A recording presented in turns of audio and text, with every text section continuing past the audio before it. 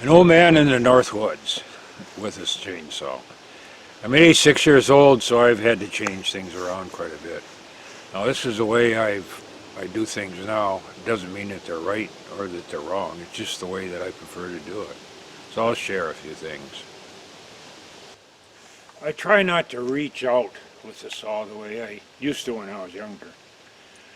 Now I try to brace the saw if I possibly can. On the open face notch, I'll use my leg as a brace. That way you've got the angle. The handle right here gives you the angle that you want. You want a 60-degree angle. It's a quaking aspen.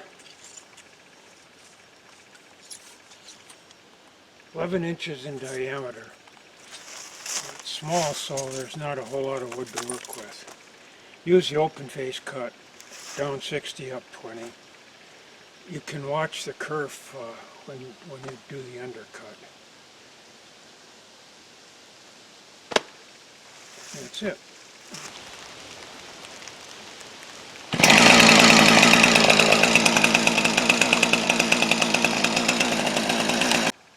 I want to be able to rest the saw like this as I make the first cut.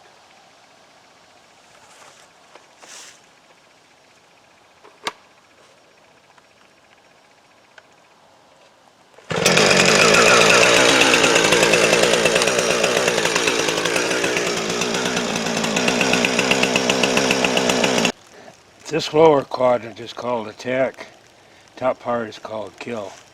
And that's because if you go directly into the wood and hit this quadrant, it's going to come right back at you. So in a plunge cut, if I want to cut this way, I've got to go in like this and bring it through like that.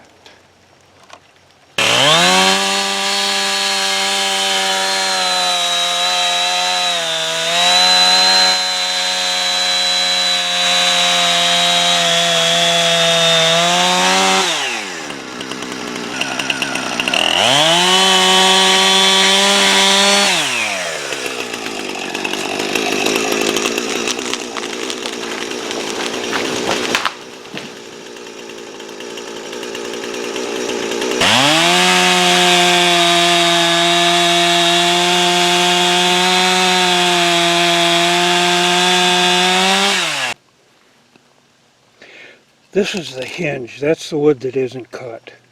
That guides the tree down. Now this part is 20% roughly. That is where you aim the tree with. And this is about 80% of the bowl. And then you have the tie strap and back. You release back here, and then you're not looking up at the top of the tree all the time. You control when the tree goes down. You don't want any fiber over 3 inches on the hinge. If you have that, that's considered a pull, and that pretty well, it takes the value away from a log.